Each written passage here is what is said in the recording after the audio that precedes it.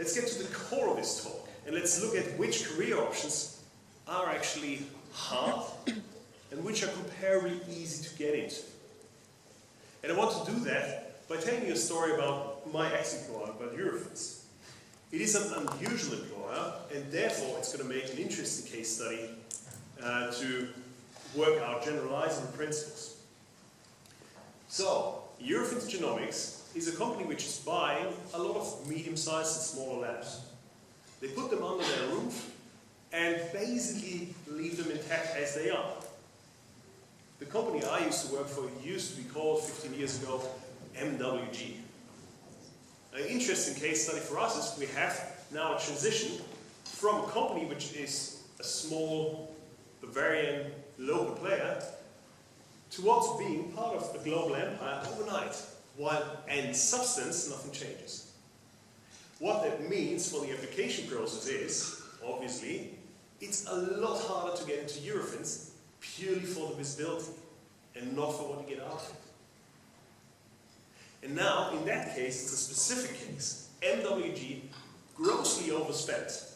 They overspent also on salaries, particularly during the 2000-2001 biotech boom.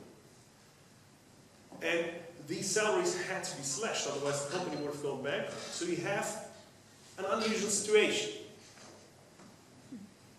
You change from a local player with low visibility and massive salaries overnight to a company with huge visibility, huge competitiveness to get in, and average salaries.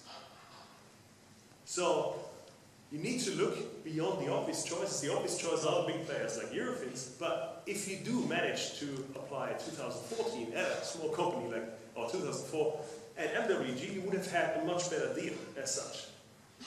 Usually, size and salary, perks, secondary work conditions go hand in hand with company size. So larger companies can offer you more, but not always. And the larger size might justify that you go through a more competitive selection process, but not always. So it makes sense to dig into these nooks and crannies of the labor market. And that, again, works very well with targeted one-on-one conversations. Speak with your colleagues. A lot of scientists say, I don't like networking, I don't like the shallowness of it. It's up to yourself to decide how you want to network. So if you like to network in-depth, with in-depth conversations, then use expert interviews or peer-to-peer learning, exchange about the different options that you found, and share your ideas. So, that was just the first out of 4 factors I want to show you what makes certain job types hard or easy to get. And the first one, and the dominant one, is of course the size and the visibility of a company. Bigger companies are more visible and therefore harder to get in. And as we've seen, not always giving you better opportunities. The second one is how innovative is a company. So some companies might be huge, but they just produce stuff. So you need a very low amount of PhD holders for the size of the company. But these few jobs are very competitive to get in because of the visibility of that company. So look how many PhD holders per overall staff count does this company have. How easy will it be to get in the first place? And maybe if it's a very innovative company, it's also more rewarding for you to work with. Third factor is location. Large metropolitan areas typically attract more graduates than smaller rural players. And yeah, there's obvious reasons for it, particularly if you're in a double career couple, then it's very difficult if you find a job in Butzbach that your partner also finds a job around Butzbach. I don't know where that is, but I'm just saying it because it sounds small.